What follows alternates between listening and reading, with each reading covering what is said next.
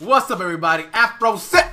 This is something I want to do for a long time. I actually want to do this ever since I started my YouTube channel. These videos telling you guys about my life. I do have one story I do want to tell you guys, and it's about my ex-girlfriend. So, for the sake of not being murdered, if she's still subscribed to me, we're gonna call her Mackenzie. Mackenzie had a fat ass. Now, when I mean fat ass, girth. It had a slope to the booty. The booty had physics to it. Like, if I was right here, okay, and she was right there, if she turned around real fast, my arm is going to snap because the booty's girth is too much. So, me and Mackenzie met in my senior year in high school, and she was a freshman in college. And one day I was bored in my computer class, so I said, let me go on Facebook and see what's popping up in there. And this girl hit me up, Mackenzie. So I'm like, hey, Mackenzie's face is okay, but the booty in her pictures look nice. So I replied back. I don't remember what I said. Long story short, I asked her if she wanted to come over, but I didn't want to make it like a date or anything weird, so I asked if she could come with her friend, while I invite my friends, my cousin, and my homie that lived down the street. Okay, so as we're chilling, because they come over with their friend, the girl was mad distant from me the whole entire time. It got annoying. It took till like half the night until like 10 o'clock when they had to leave for us to really talk. As we were walking them back to the bus, she came next to me. She was like, why are you so shy? I'm like, bitch, I've been trying to give you the PP since day one. Nah, that's not what I really said. I said, I'm not shy. I've been trying to talk to you this whole entire night, madam, and you haven't paid me any attention. We talked it out and we started holding hands and shit on the way back to the bus. Just to find out the bus stops running at 10 o'clock. So we walked back up to my house, and the only option to do at that point was for them to stay at my place. But that didn't happen because the big girl was like, no, I'm about to pay my homegirl to give me a ride because I ain't staying here with you niggas. And I was cool with it. But, plot twist, Mackenzie didn't want that to happen. Mackenzie wanted to stay at my house to get the pee-pee. I didn't let that happen because I'm just like, okay, you know what? This is a small ass room, you guys. You guys all can't stay here. You're gonna breathe on my oxygen. Mackenzie got a big ass. That needs a lot of oxygen. We're gonna all suffocate in this place, and I'm trying to live my life. Several weeks pass in time, and it's a new day, brand new evening, and me and Mackenzie are talking on a talking basis.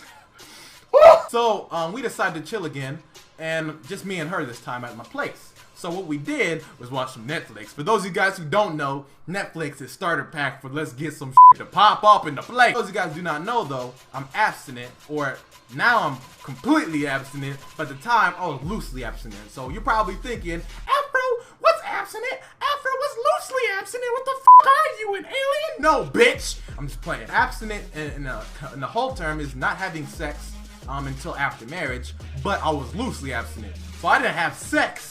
I dry hump. Now when I say dry hump, I don't mean no bitch hump, but fucking shorts to the panties. Nah.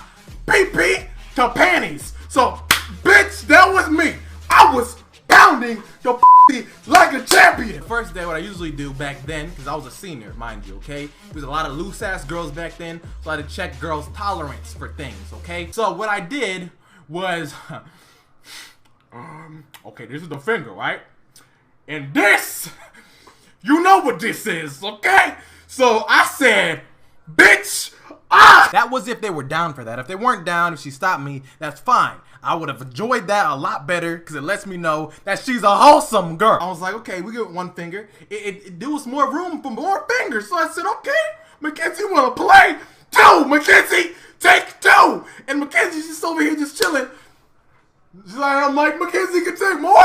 All right, bitch, you want it? Okay, it didn't happen like that at all, but we did that, and it was three the max, and I was kind of disgusted because I was like, that means she did some shit. That was the first red flag. We weren't even together at that time. She let that happen. I'm just like, okay, I'm going with the flow. So that happened, and we started dating. So Mackenzie started tripping out. She always started trying to take my phone and check my text messages, ask me questions, where have I been? So let me smell your First true red flag came through when she told me to delete this girl off my Facebook. I'm just like, hold on, girl. This is my Facebook. Then the third month came around, and she did the ultimate no-no. She went through my phone. When I gave her my phone and told her she could look in Pandora or whatever, she's reading my fucking dad's text messages like I sent to me and my dad.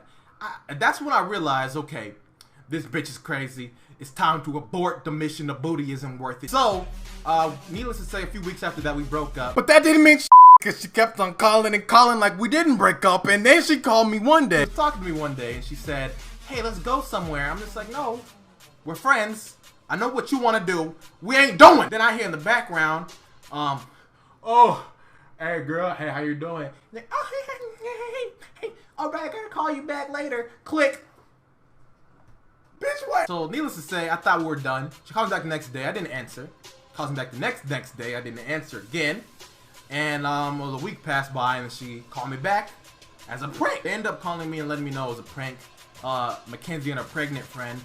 And this is when shit got really weird. This is the last time I talked to her, mind you, as well. She had a boyfriend, okay? And mind you, the boyfriend that she has looks like me. He's just Mexican. She kept on talking to me about her boyfriend. Like, oh, I miss him. I love him so much. Yada, yada. I'm just like, I'm glad you're happy. You know, yada, whatever. And she puts her pregnant friend on the phone. Okay, I'll talk to her. She's cool. In the middle of our conversation, Mackenzie took the phone and she was like, do you like her? Hey, if you want to go out with her, you can go out with her. I don't care. I got a man. I don't need you. She tells me we shouldn't talk anymore. I agree. I'm all for that. I don't want to talk to you anymore. You're scaring me. So I hang up. Months pass by. No, I got off the bus walking back to my pad. So this is the sidewalk I'm walking on, going back home. And this was the park over here. Now this is a parking lot to the park.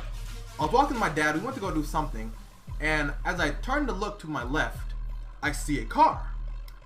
It's Mackenzie's car. So I look at it. I look in the car.